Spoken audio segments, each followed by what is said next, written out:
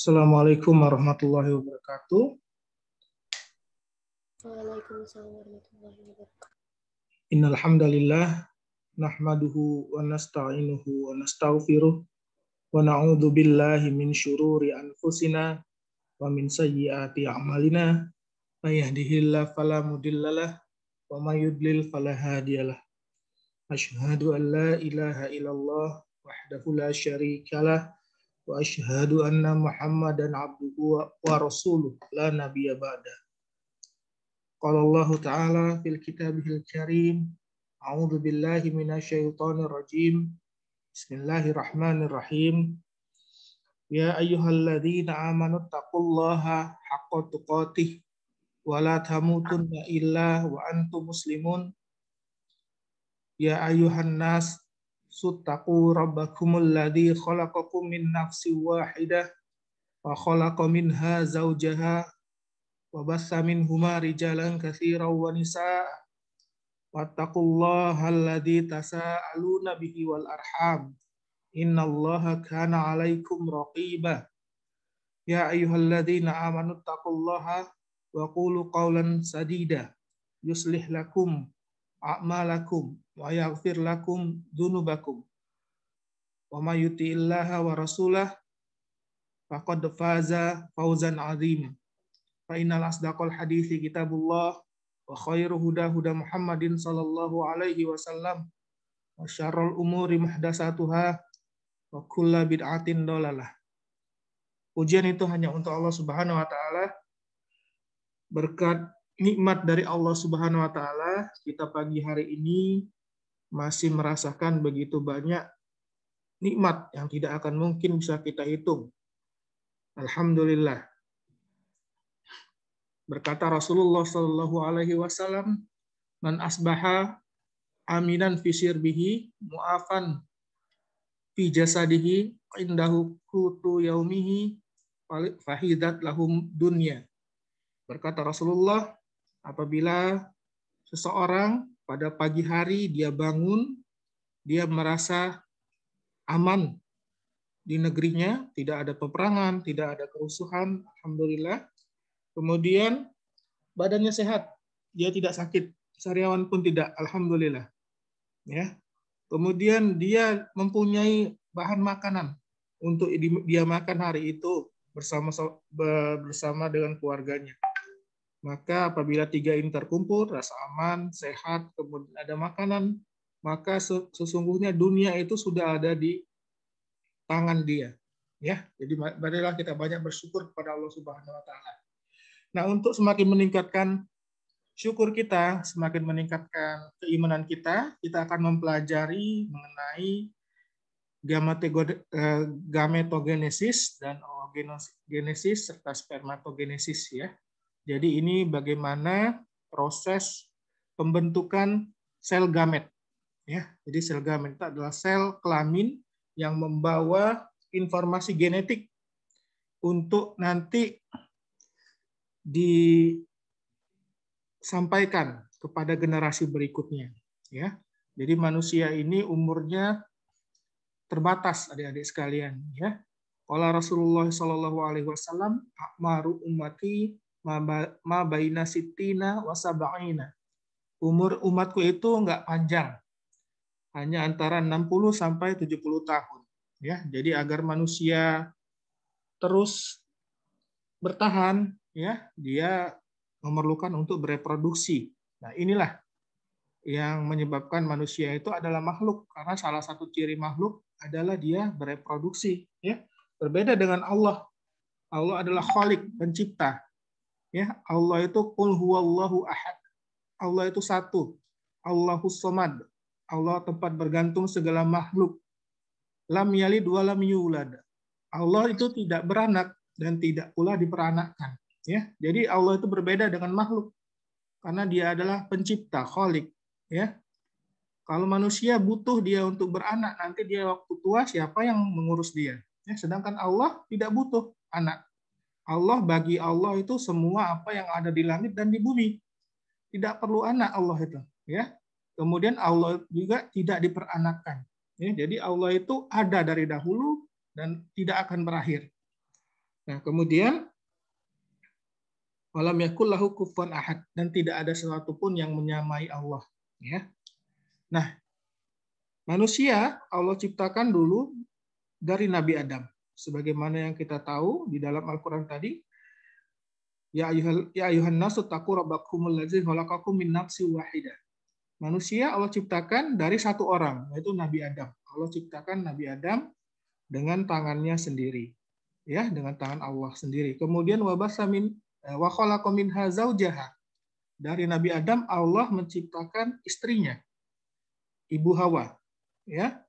Jadi Allah mengambil bagian dari Nabi Adam, kemudian Allah jadikan istrinya. Wa basta minhuma rijalan katsiran wa nisaa. Dan dari keduanya Allah bangkitkan, ya, dari keduanya Allah bangkitkan keturunan yang banyak, ada laki-laki dan perempuan, ya. Wattaqullaha alladzi tasaaluna bihi wal arham, dan hendaklah kita bertakwa kepada Allah yang dengan nama Allah kita saling berkasih sayang. Nah, jadi gametogenesis itu adalah pembentukan sel gamet, ya, atau sel kelamin. Nah, pada pria disebut dengan spermatogenesis, yaitu adalah proses pembentukan sperma. Sedangkan pada wanita itu disebut dengan oogenesis, pembentukan sel telur. Ya, dan ini baru akan terjadi, spermatogenesis ini dimulai pada saat baligh, ya, pada saat seseorang mengalami pubertas. Ya. Nah, pada saat orang mengalami pubertas, pada anak-anak biasanya umur 14 tahun, ya, bisa lebih maju, 12, atau mundur, ya, 15. Nah, pada perempuan juga sama, 14 tahun. Ya, tapi perempuan biasanya lebih cepat. Biasanya 12 itu sudah balik atau sudah pubertas. Nah, pada perempuan disebut dengan oogenesis atau pembentukan sel telur. Nah, pada perempuan yang sudah balik, yang sudah mengalami menstruasi, ya, dia setiap bulan akan mengeluarkan 1 telur atau 2 telur, ya, untuk menjalankan fungsi reproduksinya. Ya.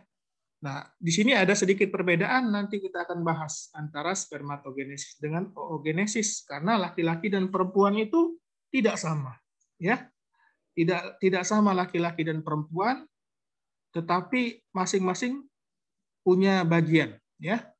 Perempuan beramal sesuai dengan jenis kelaminnya perempuan, ya. Laki-laki beramal sesuai dengan jenis kelaminnya laki-laki.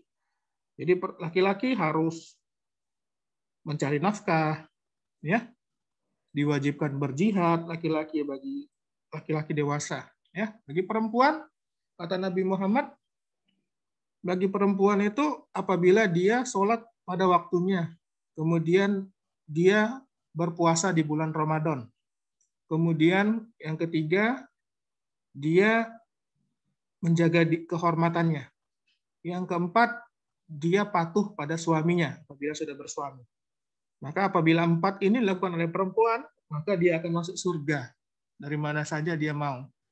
Ya, berbeda dengan laki-laki, karena Allah berikan kelebihan, banyak sekali kewajiban yang harus dilakukan oleh laki-laki. Nah, jadi gametogenesis ini adalah proses pembelahan sel, ya. Jadi pembelahan sel itu ada 2, ya, adik-adik sekalian, ya. Ini perlu diingat lagi, kalian sudah pernah dengar ini. Jadi pembelahan sel itu ada yang disebut dengan mitosis, yaitu pembelahan sel dari induk menjadi 2 anakan, ya, menghasilkan sel baru yang jumlah kromosomnya sama persis dengan induknya yang bersifat 2N atau diploid, ya. Ini namanya mitosis.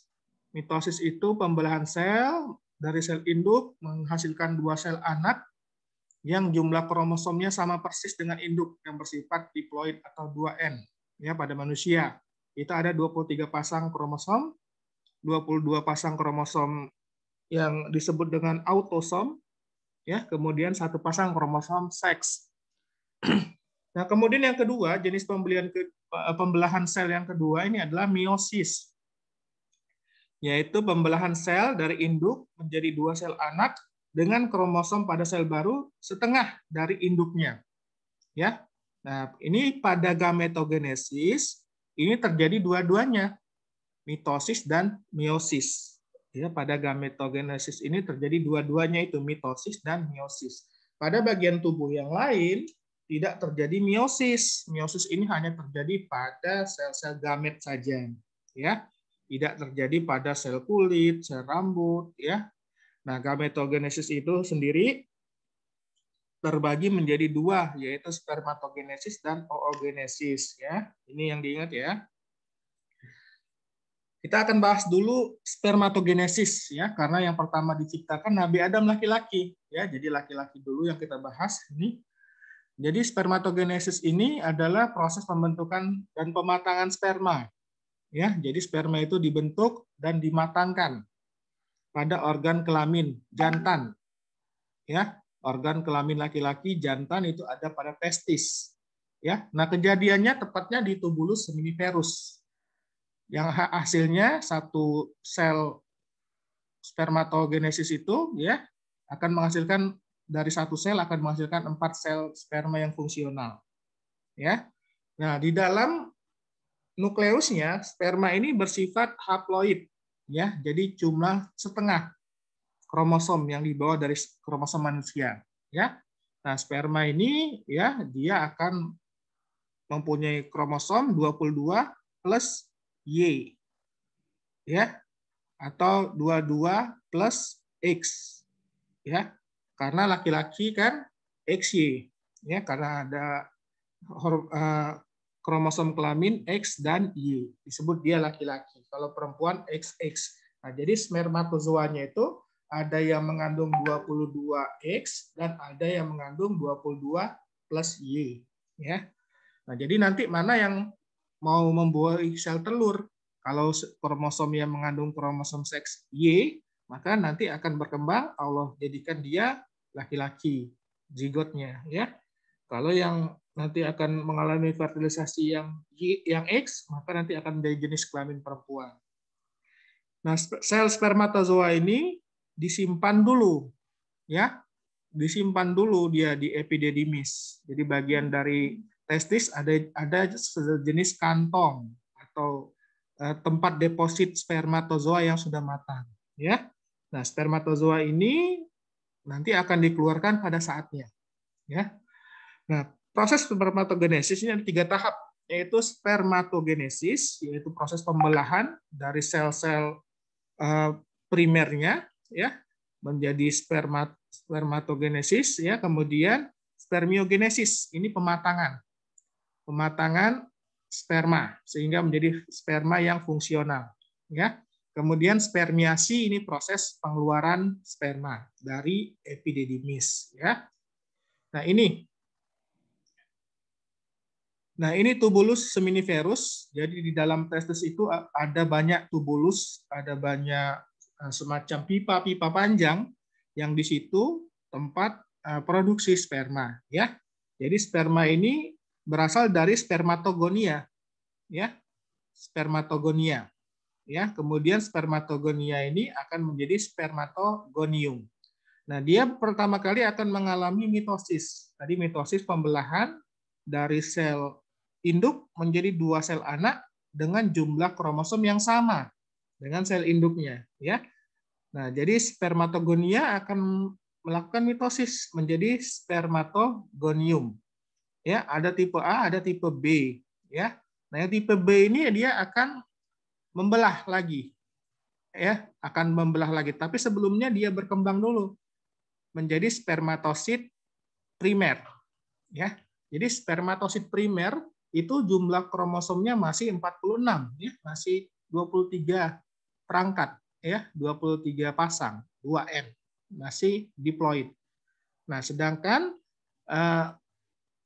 setelah itu spermatosit primer ini dia akan berkembang menjadi spermatosit sekunder. Nah, disinilah akan terjadi meiosis 1. Ya. Jadi meiosis 1 itu terjadi pembelahan sel dari sel induk ke sel anak menjadi 2 sel anak yang jumlahnya setengah atau haploid. Ya. Maka jadilah dia meiosis dengan proses meiosis 1 menjadi spermatosit sekunder, ya. Nah, kemudian spermatosit sekunder ini akan membelah lagi, ya. dia akan membelah lagi, tapi tetap mempertahankan jumlah kromosomnya haploid.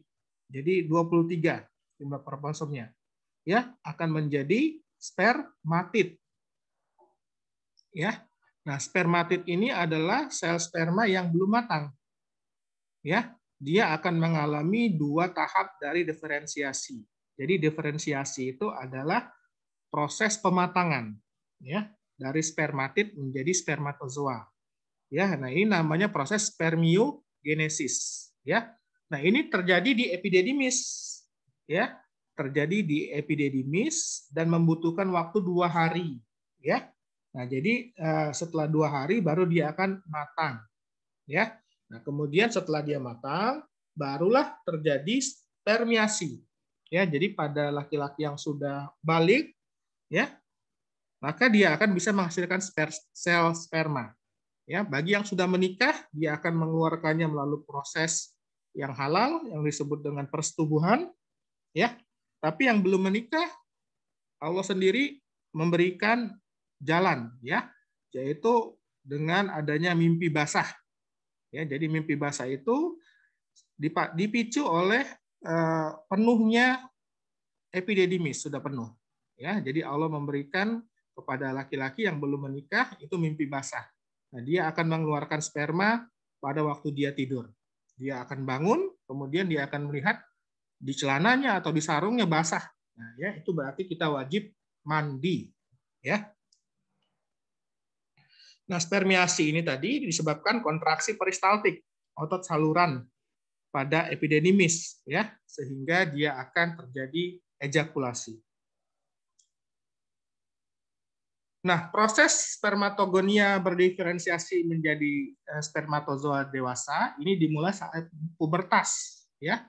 Jadi pada saat pubertas baru terjadi proses spermatogenesis. Ya. Jadi pada saat pubertas itu seorang anak sudah menjadi seorang yang dewasa. Ya, jadi dalam agama Islam tidak ada remaja. Ya. Jadi dari anak apabila dia sudah mimpi basah pada laki-laki atau dia haid pada perempuan, maka dia disebut sebagai mukallaf atau orang yang sudah terbebani syariat. Dosa-dosanya sudah mulai dicatat. Jadi malaikat bergantian mencatat. Kalau perbuatan baik dicatat, perbuatan jelek juga dicatat. Ya, jadi dia sudah terkena kewajiban. Wajib baginya sholat, wajib baginya puasa. Ya, kemudian menutup aurat, tidak boleh lagi anak perempuan tidak menutup aurat apabila sudah mengalami menstruasi. Ya, kemudian laki-laki juga harus menutup aurat, menjaga pandangannya. Ya, nah proses ini dimulai pada saat pubertas. Ya, nah ini dari anatomi dari testis ada 2, testis kiri dan kanan. Ya, nah, kemudian di atas testis tadi ada epididymis, ini tempat penyimpanan sperma agar dia dimatangkan tadi. Ya, 2 hari dia matang. Ya, jadi wajar kalau setiap 3 hari ya itu penuh. Ya, nah, mimpi basah itu biasanya 3 hari gitu ya. Nah kemudian di sini tadi spermatogonium ini akan membelah secara mitotik ya menjadi spermatosit primer. Kemudian spermatosit primer membelah secara meiosis menjadi spermatosit sekunder yang sifatnya haploid. Nah, spermatosit sekunder dia akan berkembang menjadi spermatid. Nah, spermatid ini belum matang. Ya, dia akan mengalami spermiogenesis sehingga akan terbentuk sel sperma dan kemudian akan menjadi sperma matang. Ya, akan disimpan di dalam epididymis. Ya.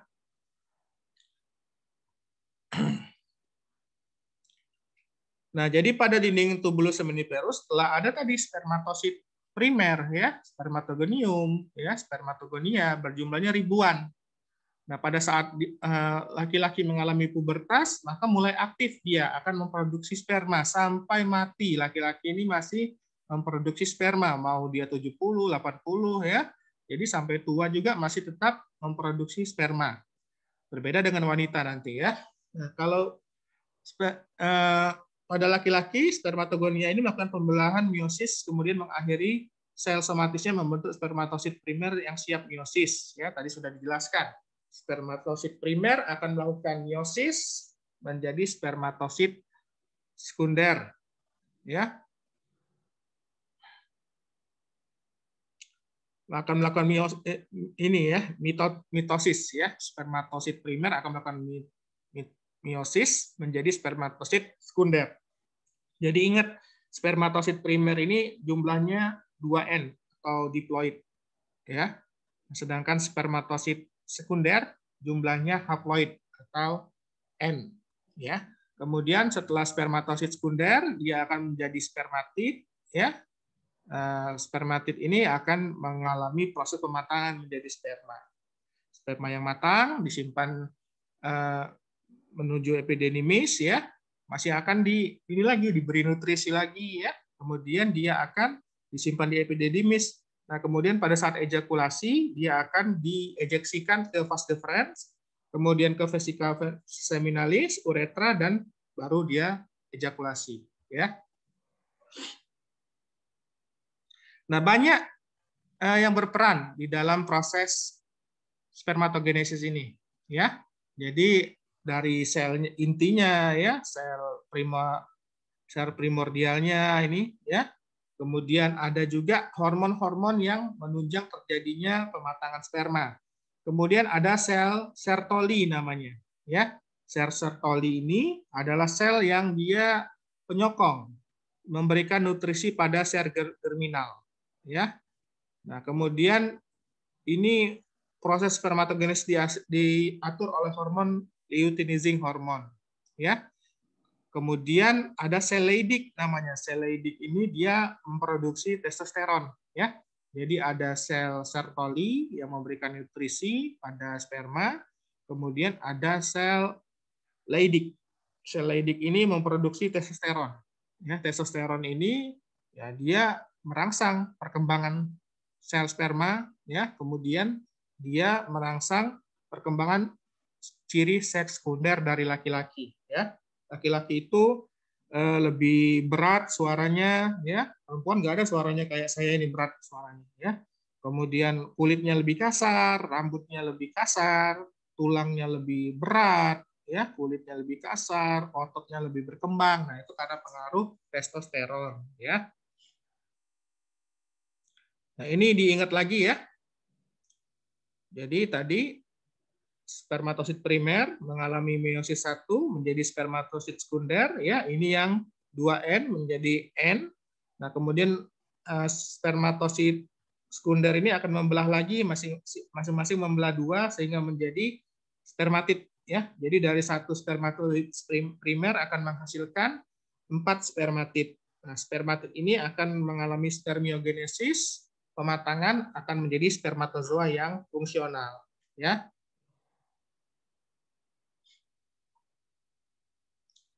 Nah, spermatozoa ini secara mikroskopis kita lihat dia ada bagian-bagiannya, ya. Ada bagian kepala. Nah, bagian kepala ini dia mengandung materi genetik, ya, mengandung nukleusnya, mengandung 23 kromosom, ya. Kemudian ada bagian lehernya atau midspace. Ini yang tengah, ini bagian lehernya, ya. Nah, kemudian ekornya panjang, ya. Ekornya itu bisa panjangnya 10 kali dari kepalanya panjangnya. Ini yang normal, ya, sehingga dia akan bergerak maju, ya, dengan melakukan pergerakan pada ekornya, ya. Sperma yang aktif ini dia bergerak dan berenang bebas, ya. Jadi bergeraknya terarah ke depan, bukan maju mundur. Kemudian ekornya ini memiliki 3 segmen. Segmen tengah ini, bagian utama dan bagian akhir, ya. Nah, ini hormon-hormon yang berperan di dalam spermatogenesis. Ada yang dihasilkan oleh kelenjar hipofisis. Jadi hipofisis ini adalah kelenjar yang berada di bawah otak menghasilkan FSH, follicle stimulating hormone. Ya, sama seperti perempuan juga menghasilkan FSH dan LH, luteinizing hormone. Nah, cuma berbeda saja sel targetnya, ya. Pada perempuan sel targetnya ada di ovum, ya. atau di ini sel-sel di ovarium ya. Nah, sedangkan untuk laki-laki FSH dan LH ya, dia sel targetnya ada di testis. LH ini luteinizing hormone merangsang sel Leydig untuk menghasilkan hormon testosteron ya.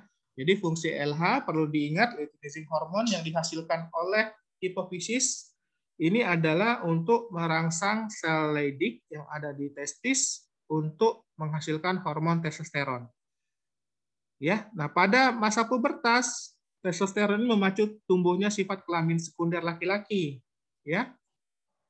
Nah, jadi dengan adanya testosteron, suara anak laki-laki dulu halus, ya. Setelah dia pubertas, dia suaranya pecah, menjadi lebih berat. Gitu ngomongnya ya, lebih berat seperti itu. Itu tanda ciri kelamin sekunder. Kemudian badannya meninggi, ya, ototnya membesar, ya. Nah, sedangkan FSH, follicle stimulating hormone, ini merangsang sel-sel sertoli, ya, yang dia menghasilkan androgen binding protein, ya, androgen binding protein yang memacu spermatogenium untuk memulai spermatogenesis. Nah, jadi spermatogeniumnya itu akan dirangsang oleh sel sertoli ini, yang dia akan menghasilkan androgen binding protein sehingga akan memulai terjadinya spermatogenesis. Kemudian hormon pertumbuhan secara khusus meningkatkan pembelahan awal pada spermatogenesis. Ada hormon pertumbuhan juga, growth hormone yang mempengaruhi. Ya, jadi ingat hormon-hormonnya ada yang dihasilkan oleh hipofisis, contohnya LH dan FSH. Kalau LH dia merangsang sel Leydig, kalau FSH merangsang sel sertoli. Ya, nah kemudian sel Leydig ini menghasilkan testosteron, ya, yang memacu tumbuh sifat kelamin sekunder. Kemudian sel sertoli ini menghasilkan binding androgen protein yang memacu untuk spermatogonium memulai spermatogenesis. Ya, jadi ingat ya, ada hormon yang dihasilkan oleh hipofisis dan hormon yang dihasilkan oleh testis itu sendiri. Nah, selanjutnya adalah oogenesis. Nah, oogenesis ini proses pembentukan ovum atau sel telur, ya, yang terjadi di ovarium. Nah, jadi terjadi di ovarium. Nah, ini berbeda dengan laki-laki, ya, sedikit berbeda.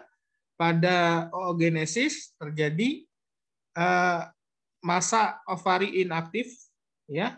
Nah, jadi dia di sini oogonium, dia itu akan membelah menjadi oosit primer, ya. Nah, kemudian oogonium ini, ya, setelah dia menjadi oosit primer, nah dia akan mengalami fase yang disebut dengan inaktif. Jadi fase dorman, ya. Dia tidak aktif dulu.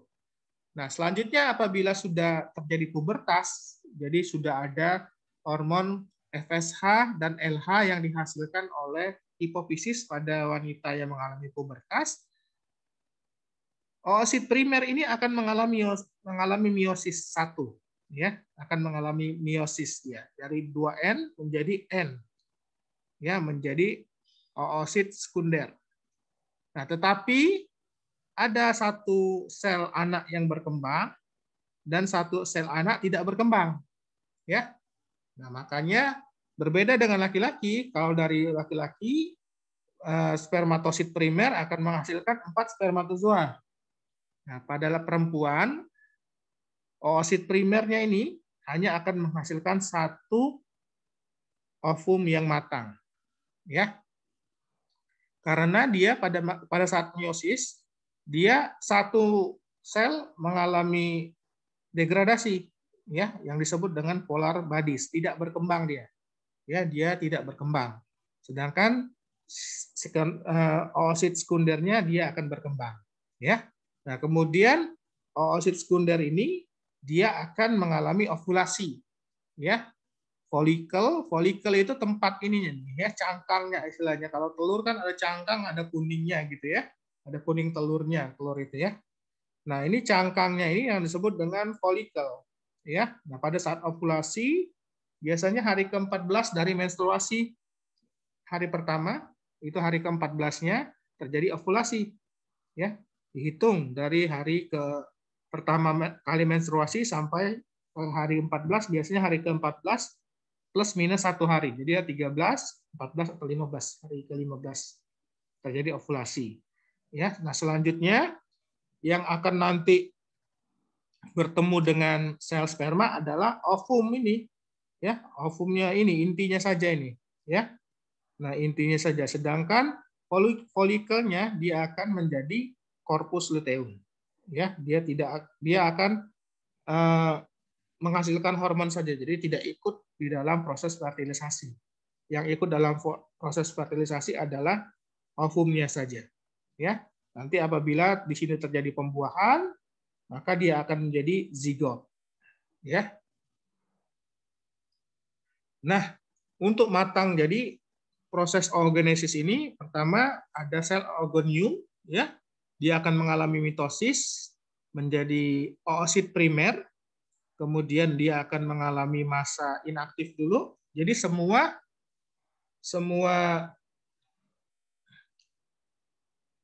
sel telur pada perempuan itu dalam bentuk oosit primer, ya. Nah, kemudian oosit primernya itu setiap bulan akan ada satu yang berkembang menjadi oosit sekunder. Ya, kemudian oosit sekunder akan menjadi ootit dan menjadi ovum yang fungsional. Nah, jadi ini ya tadi terjadi di ovarium. Ovarium itu adalah organ yang berada di perut bagian bawah pada perempuan, ya. Dia bergantung ya digantung oleh ligamen yang berhubungan dengan uterus, ya. Nah, kemudian ovarium ini memiliki dua bagian, ya, yang namanya korteks dan medula, ya. Bagian korteks dan medula. Nah, oogonia itu dia berada di bagian korteks. Ya, korteks itu di tengah, ya. Nah, sedangkan medula itu di luar, ya, di bagian lebih ke pinggir, ya. Nah, oogonia ini diproduksi pada tahap yang sangat awal sebelum lahir dan tidak berkembang biak setelahnya. Jadi oogonia ini dia hanya membelah pada tahap awal kehidupan perempuan saja. Ya, selanjutnya dia tidak akan berkembang lagi, ya. Oogonia ini tidak akan membelah lagi. Nah, jadi yang membedakan laki-laki dengan perempuan ini, ya, kalau pada laki-laki spermatogonianya itu terus membelah, sedangkan oogonia pada perempuan dia tidak membelah, ya.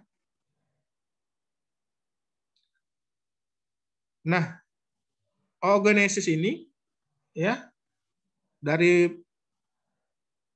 oosit primer dia akan membelah menjadi dua, ya, dalam proses meiosis menghasilkan satu oosit sekunder dan satu badan polar. Kemudian dia mengalami meiosis kedua, dia akan menjadi ootit dan 3 badan polar. Nah, ootit inilah yang nanti akan berkembang menjadi ovum yang matang. Ya, sedangkan badan polarnya ini dia akan didegradasi, jadi tidak akan berkembang menjadi ovum. Ya, jadi yang dihasilkan dari satu oosit primer itu cuma satu ovum. Berbeda dengan yang ada di laki-laki, satu spermatosit primer akan berkembang menjadi 4 sel sperma, ya. Nah, ini perkembangannya oogenesis. Sel ini pertama terlihat di ektoderm embrional, ya, jadi bagian ektoderm, kemudian mengalami migrasi ke epithelium germinativum, ya, kemudian masing-masing sel kelamin primordial oogonium akan dikelilingi oleh sel pregranulosa, ya, kemudian dia akan membentuk folikel primordial. Nah, kemudian folikel primordial ini pada waktu pubertas, ya, jadi salah satu dari banyak folikel primordial pada waktu pubertas dia akan mengalami pematangan, ya, pematangan folikel. Folikel matang ini prosesnya disebut dengan folikel degraft, ya. Nanti dia akan menjadi oosit primer. Jadi satu folikel primordial setiap bulannya dia akan mengalami proses pematangan menjadi oosit primer, ya. Nah, kemudian oosit primer ini mengandung diploid, ya, kromosomnya ada dua pasang kromosom.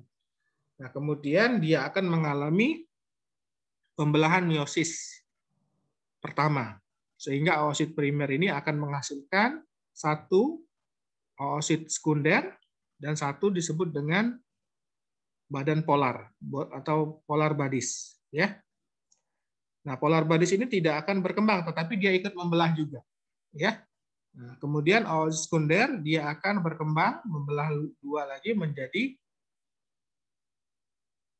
oosit sekunder dan satu badan polar, ya. Sehingga dari satu oogonium dia akan menghasilkan cuma satu ovum, ya. Ini oogonium, kita lihat dia masih diploid, ya, masih 2N, masih ada dua pasang kromosom, kemudian berkembang menjadi oosit primer. Oosit primer ini masih diploid sifatnya, ya. Nah, kemudian waktu dia oosit primer menjadi oosit sekunder, dia akan mengalami meiosis, ya. Nah, meiosis ini dia akan membagi dua kromosomnya, sehingga kromosomnya akan menjadi setengah, ya, dari sel induk. Nah, ini hormon-hormon yang berperan pada oogenesis tadi sama, ya. Ada GnRH, gonadotropin releasing hormone. Nah, ini GnRH ini pertama kali dihasilkan dia pada waktu pubertas. Nah, bagaimana dengan anak-anak, ya? Pada anak-anak masih ada perbedaan antara anak laki-laki dengan perempuan. Ya, sifatnya beda. Anak perempuan itu sifatnya lebih lembut, ya, lebih perasa, sedangkan anak laki-laki lebih aktif, ya. Kemudian suka berkelahi mungkin, ya. Nah, ini walaupun tidak dihasilkan GnRH, tetapi ada sel-sel di kelenjar adrenal yang menghasilkan hormon ini, hormon androgen, ya, dalam jumlah yang sedikit, sehingga dia tetap akan berbeda bentuk fisik anak laki-laki dengan perempuan, walaupun masih anak-anak beda, anak laki-laki dan perempuan, ya, karena ada sel adrenal, kelenjar adrenal di atas ginjal yang akan memproduksi sedikit dari androgen. Nah, pada waktu pubertas barulah hormon gonadotropin releasing hormone akan menstimulasi hormon FSH dan LH disekresikan dari hipofisis. Selanjutnya FSH dan LH akan mempunyai sel target di kelenjar kelamin, laki-laki pada testis, perempuan pada ovarium, ya. Nah, pada perempuan LH ini akan merangsang korpus luteum menghasilkan hormon progesteron dan merangsang ovulasi, ya. Nah, progesteron juga memacu timbulnya sifat sekunder pada perempuan. Perempuan itu kulitnya lebih halus, ya. Penumpukan lemaknya pada daerah pantat dan pada payudara, ya, berbeda dengan laki-laki, ya. Laki-laki pada perut penumpukan lemaknya biasanya. Kemudian FSH ini merangsang ovulasi, dia akan merangsang pematangan folikel dan juga membentuk estrogen untuk perkembangan folikel. Nah, kemudian hormon yang berperan dalam oogenesis ini prolaktin yang merangsang produksi ASI, ya. Jadi prolaktin ini kalau dia dihasilkan, dia akan menghambat LH dan FSH. Makanya pada ibu-ibu yang menyusui, ya, kadang 6 bulan pertama dia tidak teratur haidnya, ya. Dan tidak terjadi ovulasi di situ 6 bulan pertama. Karena prolaktin ini dia akan menghambat FSH dan LH, ya, sehingga akan terjadi kontrasepsi alamiah jika pasangan suami istri kemudian istrinya memberikan ASI eksklusif selama 6 bulan, ya, insya Allah itu selama 6 bulan itu akan mengalami kontrasepsi alamiah asal dia memberikan ASI-nya eksklusif. Nah, ini istilah penting yang perlu kalian ingat, ya. Tadi gamet itu sel telur atas sperma. Gametogenesis proses pembentukan dan perkembangan gamet. Oogenesis produksi telur. Spermatogenesis itu produksi sperma. Spermiogenesis pematangan atau diferensiasi morfologi sperma, ya. Kemudian folikel itu tempat matangnya telur ya. Jadi folikel itu ibarat cangkangnya, cangkang telur ya. Ovulasi pelepasan telur dari folikel ya. Jadi pelepasan ovum dari folikel. Polar body itu bentuk dari non fungsional dari pembelahan meiosis dalam oogenesis. Jadi oogenesis tadi oosit primer membelah menjadi oosit sekunder. Nah, satunya itu dia berkembang menjadi ovum, satunya menjadi polar bodies. Nah, zigot adalah sel telur ovum yang telah dibuahi oleh satu sel sperma. Nah, ini bedanya ya. Beda spermatogenesis dengan oogenesis. Kalau spermatogenesis terjadi meosisnya secara simetris salah itu. Simetris ya. Kemudian meiosis pada oogenesis asimetris, ada satu yang berkembang, ada yang satu yang tidak.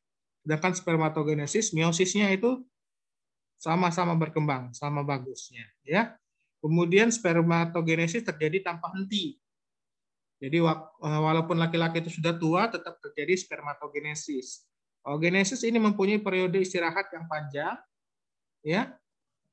Kemudian dia akan ada masa berhentinya juga, ya. Kemudian hasilnya 4 sel sperma fungsional pada laki-laki.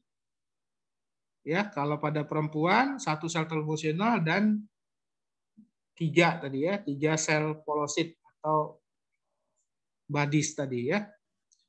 Polar bodies. Nah, sel sperma ini, sel asalnya, spermatogoniumnya tadi berkembang terus-menerus, membelah sepanjang hidup laki-laki, sehingga jumlahnya selalu bertambah spermatogoniumnya.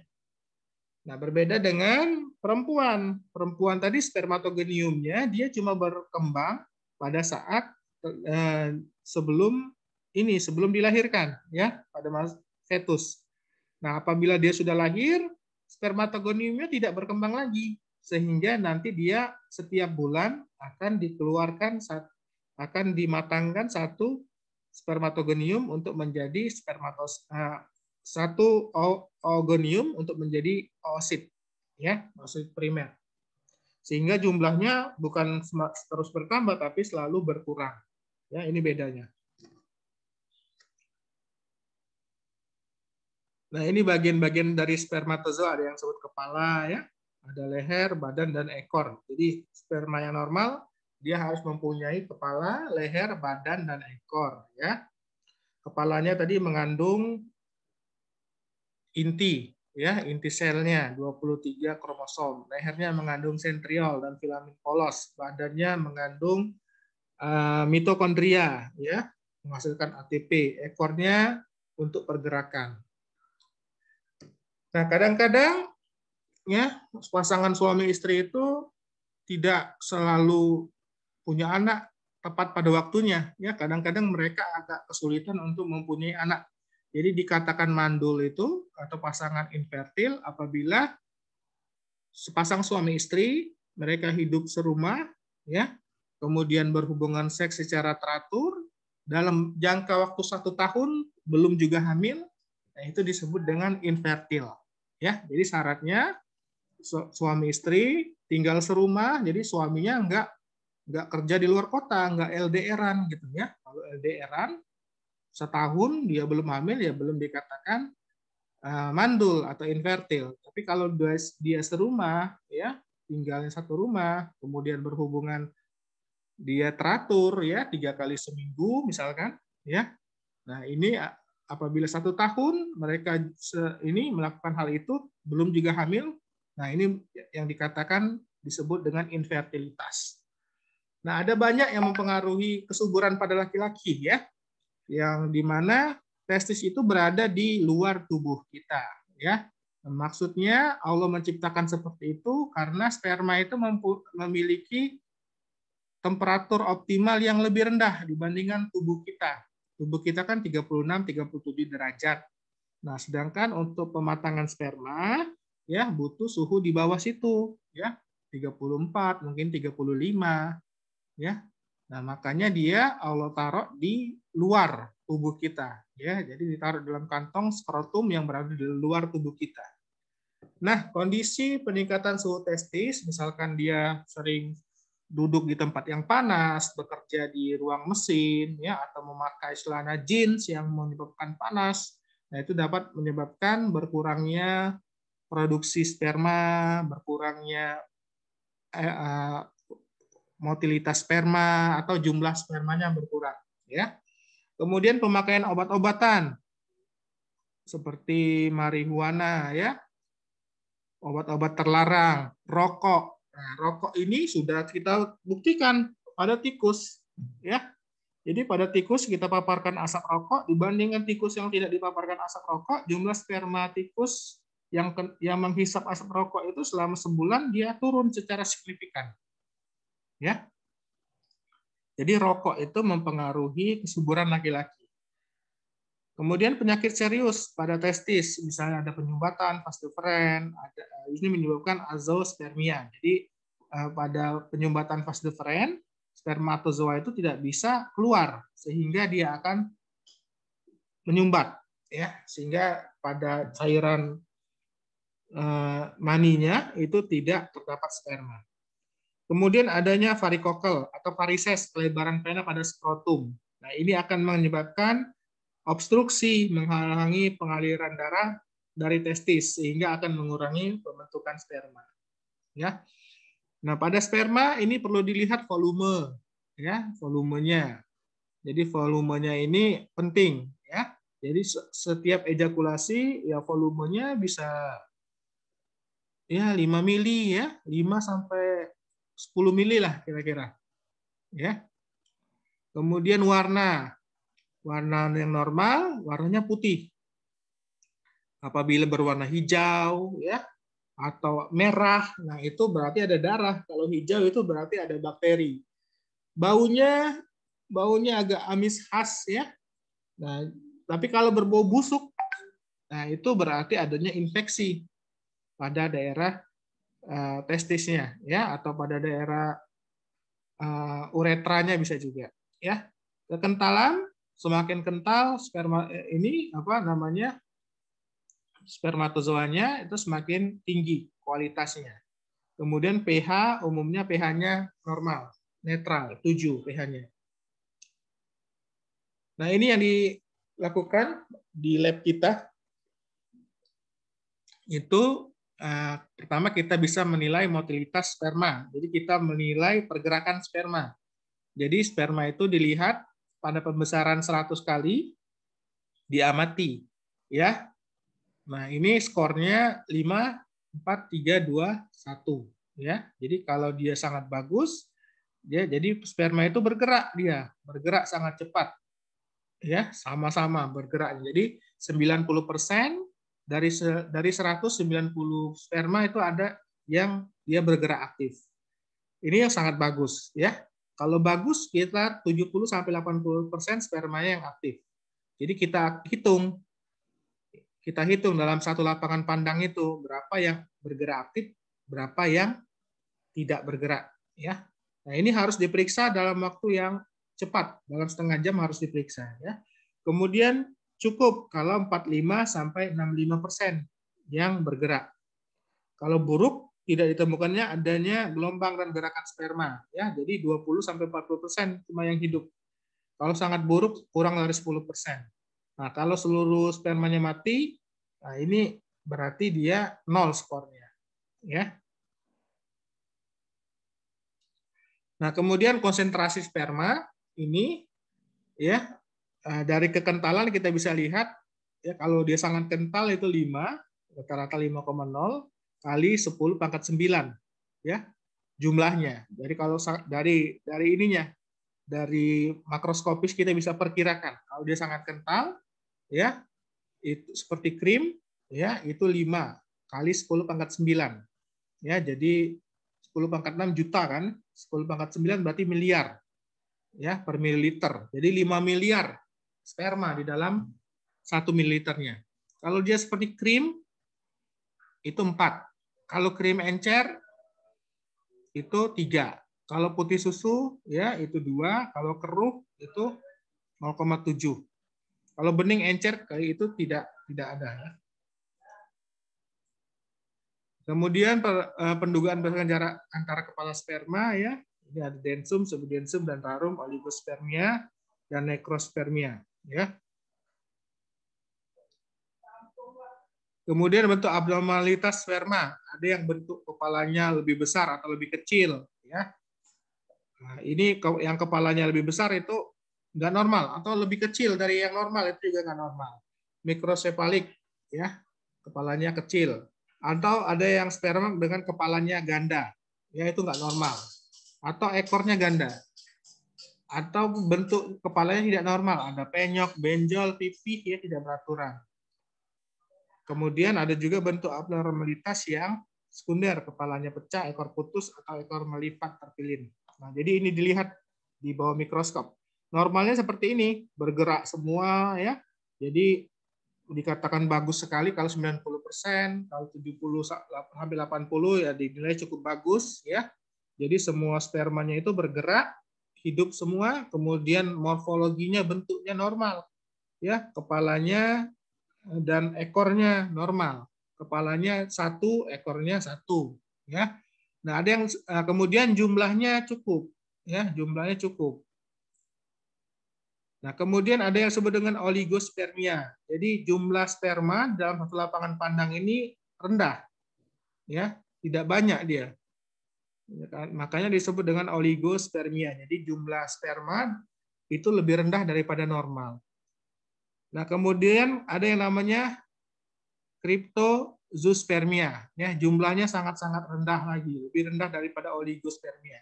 Kemudian kalau tidak ditemukan sama sekali disebut dengan azoospermia. Nah, ini terjadi pada penyumbatan tadi, penyumbatan epididymis atau penyumbatan vas deferens yang dapat menyebabkan azoospermia. Nah, begitu juga laki-laki yang mengalami operasi atau mengalami vasektomi, ya. Nah, pada vasektomi dia azoospermia karena salurannya diikat atau dipotong, saluran vas deferensnya, ya. Nah, itu diikat atau dipotong sehingga waktu dia ejakulasi tidak ditemukan adanya sperma, cuma cairan dari prostat saja, ya. Dan dari morfologi ini kita dapat lihat apakah sperma itu mengalami kelainan morfologi. Ini ada kepalanya 2, ya, ada ekornya 2. Nah, ini nggak normal. Ini sperma yang seperti ini dia tidak akan bisa membuahi ovum. Kemudian ada astenozoospermia. Jadi motilitasnya dia tidak bergerak dengan cepat, bergeraknya lambat, ya, kurang nutrisi. Nah, makanya dia disebut dengan astenozoospermia. Ada yang disebut oligoastenozoospermia. Dia sudah bergeraknya lemah, kemudian spermanya juga lebih sedikit. Ya. Jadi bergeraknya lemah dan jumlah spermanya sedikit. Ini disebut dengan oligoastenoteratozoospermia. Malah ada terato juga, ada yang lain kelainan dari bentuk spermanya juga. Ya. Nah, ada yang disebut dengan necrozoospermia. Jadi spermanya dihasilkan, tetapi tidak ada yang hidup, mati. Dia tidak ada yang bergerak. Nah, ini disebut dengan necrozoospermia. Ini referensinya, kalian bisa baca. Mungkin adik-adik ada yang mau ditanyakan, silakan. Izin bertanya, dokter. Silakan, namanya Aziza. Izin bertanya, nama saya Azmi Adriana Ranifa dengan NPM 20180111052. Dokter, jadi ada kasus seperti itu, anaknya ini menderita sindaktili. Nah, tapi itu memang karena sebelumnya juga karena pengaruh dari ayahnya itu. Jadi apakah itu disebabkan oleh yang ini karena kelainan bentuk pada spermanya tersebut atau apa ya, dokter? Terima kasih. Ya, terima kasih Azmi. Ya, jadi kalau sindaktili ya itu nggak berhubungan dengan bentuk dan jumlah sperma. Ya, dia itu kan tahap pembentukan zigot itu kan setelah dia melakukan ini fertilisasi, zigot itu akan mengalami implantasi di rahim, ya, akan mengalami nidasi atau implantasi. Nah, kemudian pada 3 bulan pertama akan terjadi organogenesis, pembentukan organ-organ, ya, dari 3 lapis, lapisannya itu ektoderm, mesoderm, dan endoderm, kemudian akan membentuk organ-organ, Nah, dalam 3 bulan pertama itu terjadi organogenesis. Jari-jari kita, dulu telapak tangan kita ini, waktu kita masih dalam bentuk embrio, jadi satu. Ya, kemudian terjadi yang namanya diferensiasi sel. Sehingga telapak tangan kita ini akan membentuk jari-jari. Dulunya satu, ya, satu dulunya, tapi kemudian terjadi diferensiasi sel menyebabkan terbentuknya jari-jari. Nah, proses sindaktili ini terjadi gangguan pada proses organogenesisnya.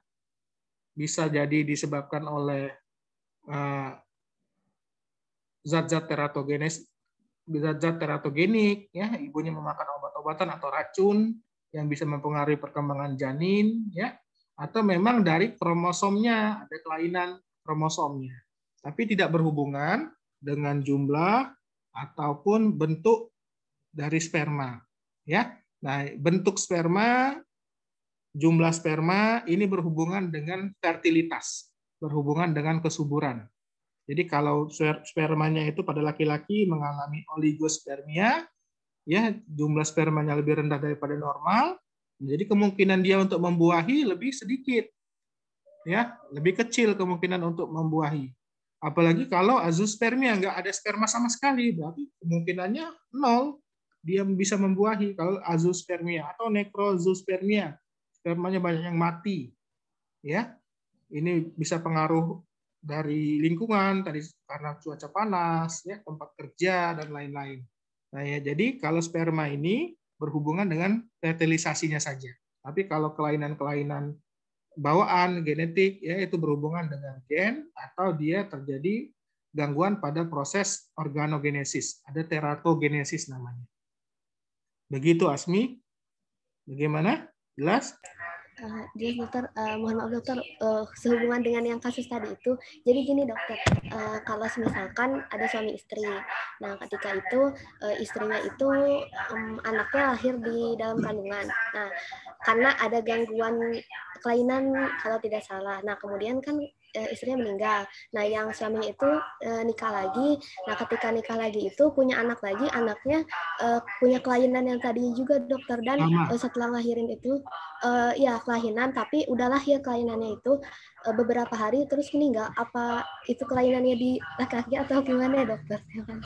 Ya, jadi itu harus dilakukan pemeriksaan, ya, pemeriksaan yang lebih lanjut. Nah, jadi ada pemeriksaan yang namanya pemeriksaan kromosom. Ya, jadi akan dilihat apakah pada sel laki-lakinya, pada orang tua laki-laki mempunyai kelainan kromosom atau tidak. Ya, seperti itu. Jadi harus diperiksa lebih lanjut dulu. Kemungkinan sih memang ada kelainan kromosom atau kelainan gen. Kalau kelainan kromosom, kita lakukan pemeriksaan dengan secara analisis kromosom, ya. Tapi kalau gen, kita lakukan pemeriksaan melalui PCR. Ada gen-gen tertentu yang mungkin mengalami mutasi atau mengalami perubahan. Nah, itu kalau untuk periksa genetik kita gunakan PCR alatnya. Tapi kalau untuk analisis kromosom, kita lakukan pemeriksaan analisis kromosom. Jadi dilakukan pencitraan dengan mikroskop. Begitu, Asmi. Kalau seperti itu tidak bisa disembuhkan ya dokter, atau ada caranya? Ya, kalau dia ini ya tidak bisa disembuhkan. Kalau anaknya itu sudah lahir dan dia mempunyai kelainan pada kromosomnya, tidak bisa disembuhkan. Maksudnya ketika nanti ingin punya anak lagi seperti itu, apakah misalnya tidak bisa dihindari untuk terjadi hal yang seperti itu lagi, tuh, dokter?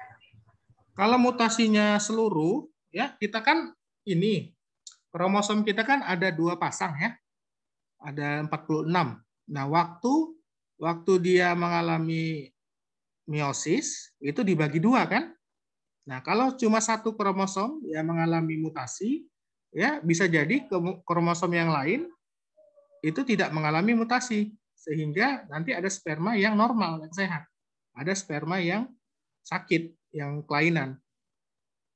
Tapi kalau kejadian abnormalitasnya itu pada 2 kromosom, ya, misalkan kromosom nomor 19, dua-duanya itu mengalami kelainan kromosom yang itu 19A dan 19B itu sama-sama kelainan, nah maka kemungkinan ya tetap dia walaupun punya anak yang lain lagi tetap akan terjadi.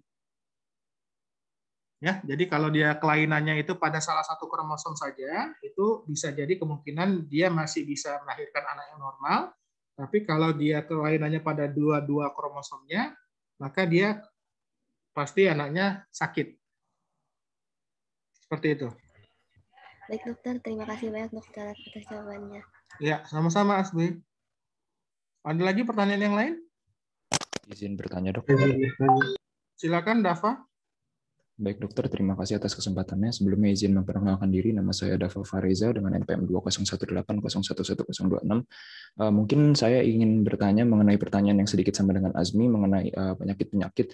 Di sini saya ingin bertanya mengenai hipospadia, Dok. Berarti kalau hipospadia ini dia tidak ada hubungannya dengan kelainan bentuk sperma ya, Dok? Karena kromosom dan genetik seperti itu, Dok. Kalau hipospadia itu kan pada waktu organogenesis ya. Jadi pada saat embrio berkembang menjadi fetus ya dari umur 0 sampai 3 bulan ya. Itu dia akan mengalami pematangan organ, paru-parunya, kemudian jantungnya ya, termasuk organ kelamin. Nah, pada organ kelamin yang normal dia meatus uretra itu terletak di glans penis ya, di ujung glans penis. Nah, pada orang yang mengalami hipospadia, lumen dari uretranya itu meatus uretra eksternalnya itu ya, itu bisa terdapat pada batang penis atau terdapat pada perineum. Nah, jadi dia itu terjadi kesalahan pada proses organogenesisnya. Seperti itu.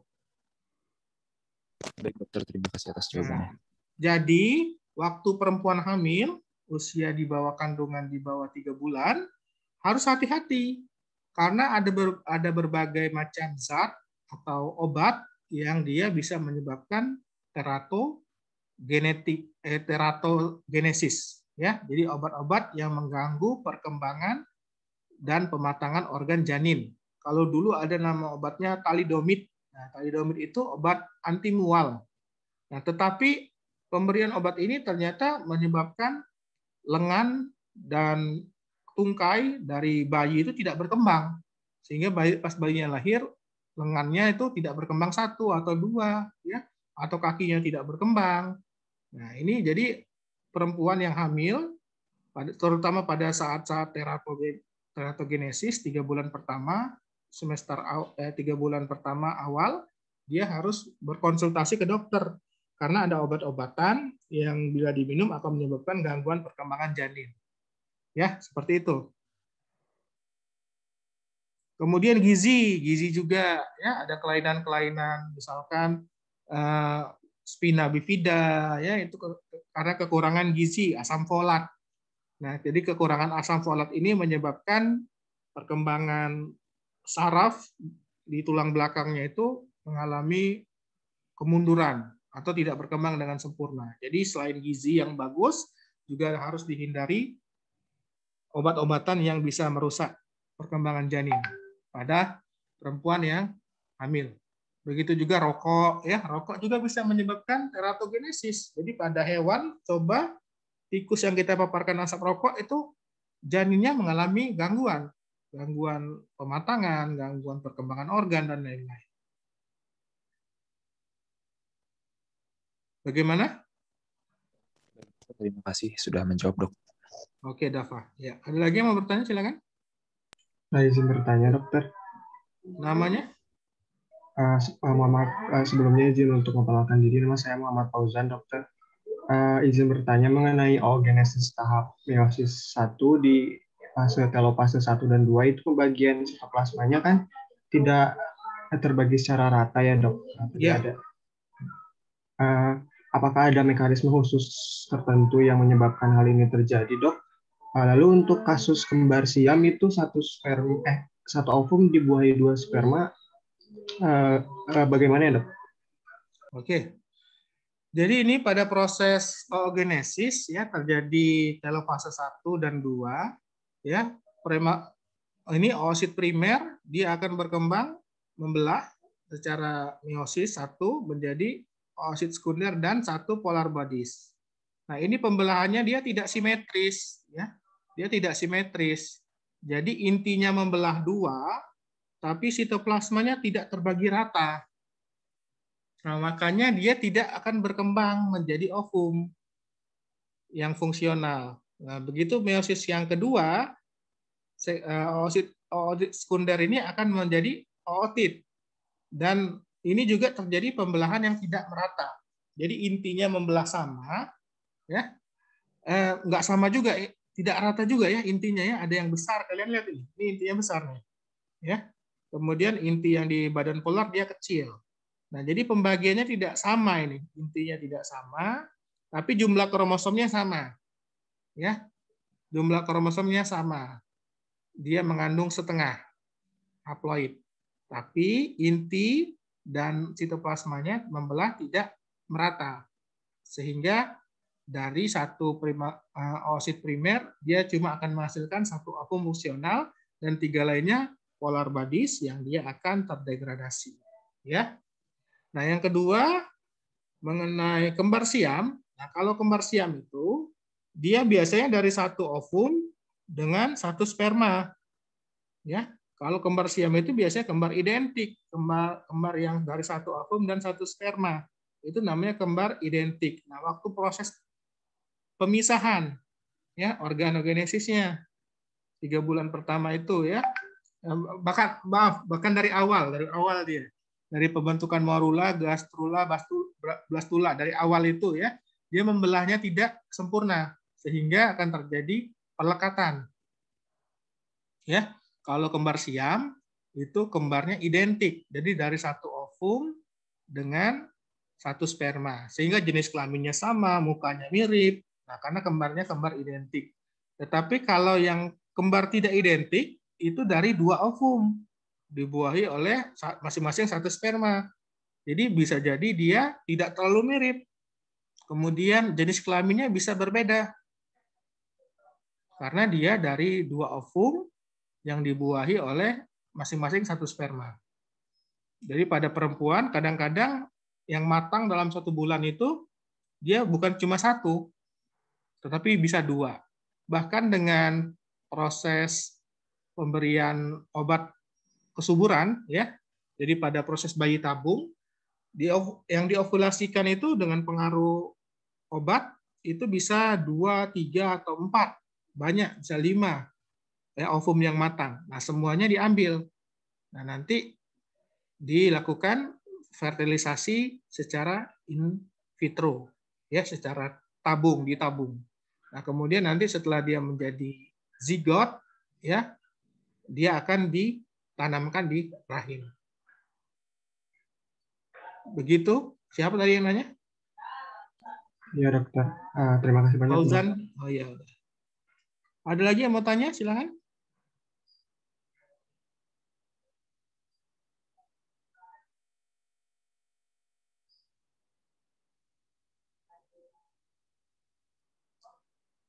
Jadi manusia itu ya diciptakan Allah dari air yang hina, ya, dari setetes air mani saja. Jadi sangat tidak pantas kalau kita berlaku sombong, merasa besar, tidak mau ikut aturan Allah, ya. Sedangkan manusia itu dia tidak ingat waktu dia diciptakan awal pertama. Apakah kalian ingat waktu kalian dalam bentuk ovum, dalam bentuk sperma? Enggak ingat kan? Ya, bahkan kalian baru ingat, baru bisa ada memori setelah berumur 3 tahun, 4 tahun itu baru ada memori. Waktu bayi kalian nggak ingat keadaan kalian. Nah, itu menandakan manusia itu adalah makhluk. Ya, nah, sebagai makhluk, kita diberikan oleh Allah kewajiban. Sebagaimana yang Allah katakan, A'udzubillahi minasyaitonirrajim. Bismillahirrahmanirrahim. Wa ma khalaqtul jinna wal insa illa liya'budun. Dan tidaklah aku ciptakan jin dan manusia, kata Allah, kecuali untuk beribadah kepadaku. Ya, jadi manusia itu diciptakan Allah bukan main-main, bukan untuk bersenang-senang, bukan untuk menghabiskan waktunya, bukan untuk menikmati kehidupan di dunia. Dunia ini cuma sementara aja, nggak lama, 60-70 tahun. Sedangkan akhirat itu kekal selama-lamanya, karena dikekalkan oleh Allah. Ya bayangin aja satu hari di akhirat itu 1000 tahun di dunia. Jadi kalau umur kita cuma 50 tahun, ya nggak ada seper-sepernya, baru 1/20, baru 1 jam kita hidup di hari akhirat nanti. Sedangkan hari akhirat itu khalidina fiha, ya kekal selama-lamanya karena Allah kekalkan. Jadi sangat rugi orang yang mengutamakan kehidupan dunia, ya. Wa amma man tagha fa asaral hayata dunya fa innal jahima hiyal ma'wa. Barang siapa yang dia melampaui batas dan mengutamakan kehidupan dunia, maka neraka jahim tempat dia kembali. Ya, kita berlindung kepada Allah. Mudah-mudahan Allah senantiasa meneguhkan jantung-jantung kita di dalam agamanya. Ya muqallibal qulub, sabit qalbi ala dinik. Ya musarrifal qulub, sabit sarrif qulubana ala ta'atik. Rabbana la tuzigh qulubana ba'da idh hadaytana wa hab lana min ladunka rahmah innaka antal wahhab. Saya tutup, saya akhiri. Subhanakallahumma bihamdika asyhadu an la ilaha illa anta astaghfiruka wa atubu ilaik. Assalamualaikum warahmatullahi wabarakatuh. Waalaikumsalam warahmatullahi wabarakatuh. Terima kasih banyak, Dokter. Sama-sama.